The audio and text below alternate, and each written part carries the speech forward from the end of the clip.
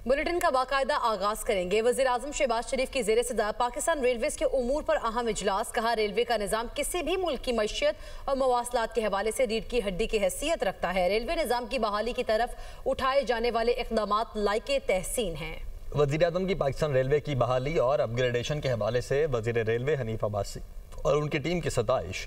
Pakistan railway खुसूसन इलाकाई रवाबित और बैनुल-अक़वामी train links के मनसूबों के हवाले से बैनुल-अक़वामी मयार के कानूनी और मुआशी माहिरीन की खिदमत हासिल करने की हिदायत। रेलवे की प्रॉपर्टी के मामलात पर पब्लिक प्राइवेट पार्टनरशिप मॉडल इख्तियार करने की भी हिदायत। विफाकी हुकूमत ने सोने की दरामद और बरामद पर पाबंदी खत्म कर दी है। विफाकी काबीना की मंजूरी के बाद वज़ारत तिजारत ने ऑर्डर जारी कर दिया। सोने की आलमी तिजारत से मुतालिक मुअत्तल-शुदा SRO बहाल कर दिया गया। नोटिफिकेशन के मुताबिक विफाकी हुकूमत ने कीमती धातों और जेवरात की दरामद और बरामद से मुतालिक कुछ तरामीम भी की हैं। कीमती धातों और जेवरात की दरामद और बरामद का फ्रेमवर्क बरकरार रहेगा। इस साल मई में सोने के एक्सपोर्ट और इम्पोर्ट पर पाबंदी लगाई गई थी। वज़ारत तिजारत ने 6 मई को SRO 60 रोज के लिए मुअत्तल किया था। सोने की स्मगलिंग की शिकायत पर एक्सपोर्ट इंपोर्ट पर पाबंदी लगाई गई थी। IMF के साथ आइंदा बजट के लिए टैक्स पॉलिसी, बजट साजी, पब्लिक फाइनेंस मैनेजमेंट में तब्दीली पर इत्तेफाक। आइंदा माली साल के लिए बजट तजावीज़ पर टेक्निकल रिपोर्ट जनवरी में वजारत खजाना को दी जाएगी। ज़राए के मुताबिक बजट में अहम तब्दीलियाँ करने की तजावीज़ देकर IMF टेक्निकल वफ्द वापस रवाना हो गया। वजारत खजाना आइंदा माह तक IMF को बजट अमल दरामद में तब्दीली के लिए हतमी तजावीज़ तैयार करके देगी। IMF टेक्निकल वफ्द के साथ बजट अमल दरामद के प्रोसेस में तब्दीली के लिए 15 तजावीज़ ज़ेर गौर रहीं। बजट तैयारी के लिए मुकम्मल ऑफिस पैड्स का इस्तेमाल करना, जबकि डाटा से तजादात ख़त्म करना तजावीज़ में शामिल है। आइंदा नए बजट के लिए टैक्स पॉलिसी पर भी टेक्निकल मिशन ने अहम तब्दीलियों के लिए तजवीज़ डिस्कस की हैं।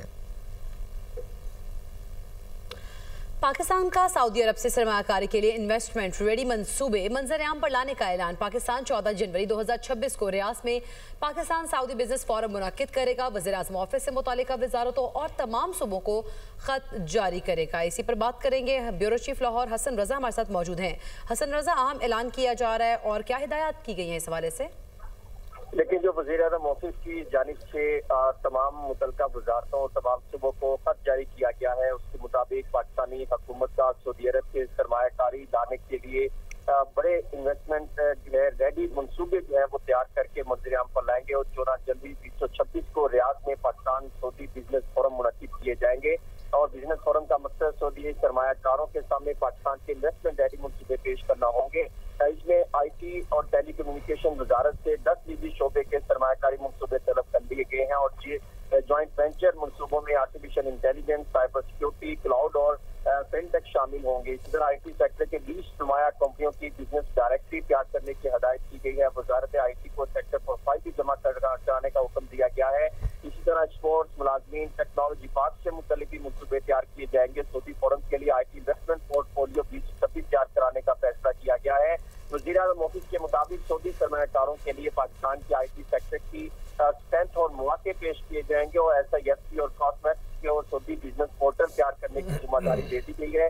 मंसूबों की स्क्रीनिंग और पोर्टफोलियो कंपाइलेशन के लिए 30 नवंबर तक डेडलाइन मुकर्रर की गई है। इसी तरह वजारत IT के साथ साथ कॉमर्स और दीगर मुतल्लिका वजारतें हैं, उनको भी 30 नवंबर तक अपने पोर्टफोलियो कंपाइल करके जो है मुतल्लिका जो है SIFC को जमा कराने का हुक्म दिया गया है, जिसके बाद एक डिजिटल सिस्टम तैयार किया जाएगा और फिर जो है 14 जनवरी 2026 को पाकिस्तान सऊदी बिजनेस फोरम में बाकायदा तौर पर ये मंजर-ए-आम पर लाए जाएंगे। सही, पोर्टफोलियो 2026 तैयार करने का भी फैसला किया गया है। हसन रजा आगाह कर रहे थे, आपका शुक्रिया।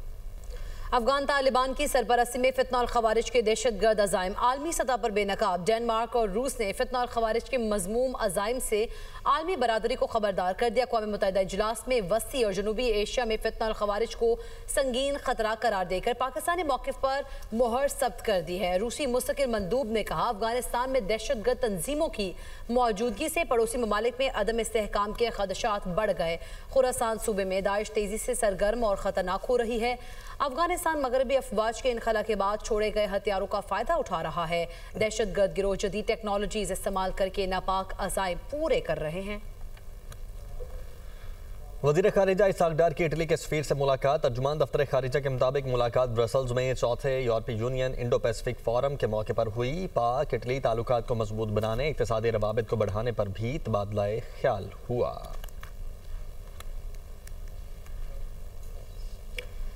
वज़ीर आला पंजाब मरीम नवाज से नेशनल डिफेंस सिक्योरिटी के शुरका की मुलाकात। मरीम नवाज ने NDU के वफ्द का पुरतपाक खैर मकदम किया। शुरका को हुकूमत पंजाब के अवामी फलाह बहबूद के प्रोजेक्ट्स और इकदामात से आगाह किया गया। वज़ीर आला मरीम नवाज ने शुरका के सवालात के जवाब भी दिए।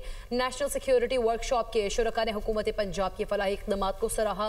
वज़ीर आला मरीम नवाज ने कहा, ऑपरेशन बुनियानुम मरसूस में कामयाबी के बाद पाकिस्तान दुनिया में हर मकाम पर सरबलंद है। पंजाब में स्मॉग कंट्रोल करने के लिए अनथक मेहनत की गई। पंजाब में मेरिट की खिलाफ वर्जी नहीं की जा सकती। सियासी बुनियाद पर कोई भर्ती नहीं की गई। गंदम ना खरीदने पर तनकीद का सामना करना पड़ा। पंजाब वाहिद सूबा है जहां रोटी, आटा और गंदम के निर्ख नहीं बढ़े। गालम गलोच और इल्जाम तराशी का जवाब परफॉर्मेंस के बयानिए से देंगे।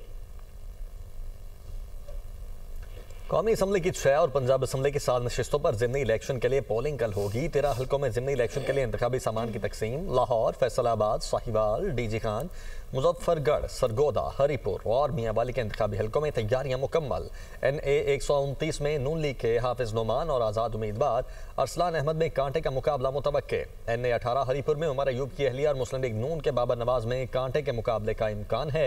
NA 18 Haripur, NA 96 Jaranwala, NA 104 Faisalabad में इलेक्शन होगा। NA 129 लाहौर, NA 143 चीज़ावतनी और NA 185 डेरा गाजी खान में कल मैदान लगेगा। PP 73 Sargodha, PP 87 Mianwali, PP 98 Faisalabad में इलेक्शन होगा।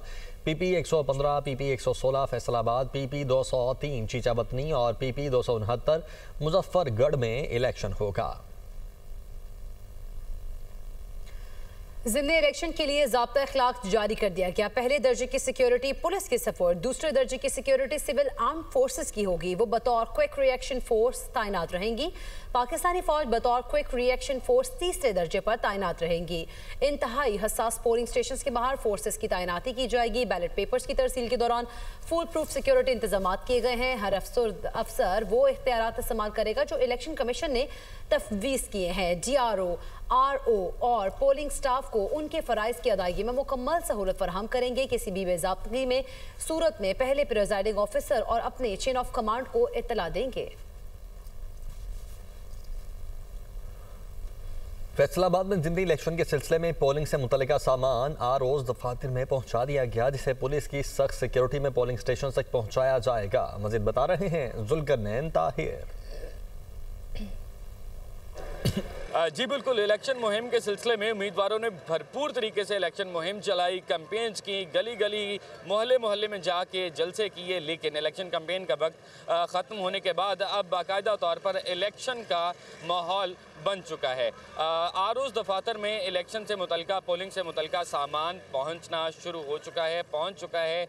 और यहाँ पर बैलेट बॉक्सेस हैं, स्टेशनरी है और दीगर जो पोलिंग का सामान होता है वो इस वक्त ROs दफातर में मौजूद है। पुलिस की सख्त सिक्योरिटी है। ROs दफातर की जानिब आने वाले रास्तों को कॉर्डन ऑफ कर दिया गया है और अब से कुछ देर बाद ही ये सामान ROs दफातर से जो है वो पोलिंग स्टेशन पर पहुँचना शुरू हो जाएगा और पुलिस की सख्त सिक्योरिटी में ये सामान पोलिंग स्टेशन तक पहुंचाया जाएगा। और इस वक्त भरपूर इलेक्शन गहमा गहमी नज़र आ रही है। सरकारी मशीनरी पूरी तरह से मुतहरिक है, इदारे पूरी तरह से मुतहरिक है, पुलिस सख्त सिक्योरिटी दे रही है और इलेक्शन पोलिंग स्टेशन पर भी जो है वो सिक्योरिटी तैनात कर दी गई है और इलेक्शन कमीशन का अमला भी पूरी तरह से मुतहरिक नज़र आता है। सामान की तरसील अब से कुछ देर बाद ही शुरू कर दी जाएगी। 27वीं आईनी तरमीम के खिलाफ वुकला का एहतजाजी कन्वेंशन। वुकला जबरदस्ती हाई कोर्ट में दाखिल हो गए। वुकला और पुलिस आमने सामने है। 27वीं आईनी तरमीम के खिलाफ वुकला का एहतजाजी कन्वेंशन, इसी पर बात करेंगे।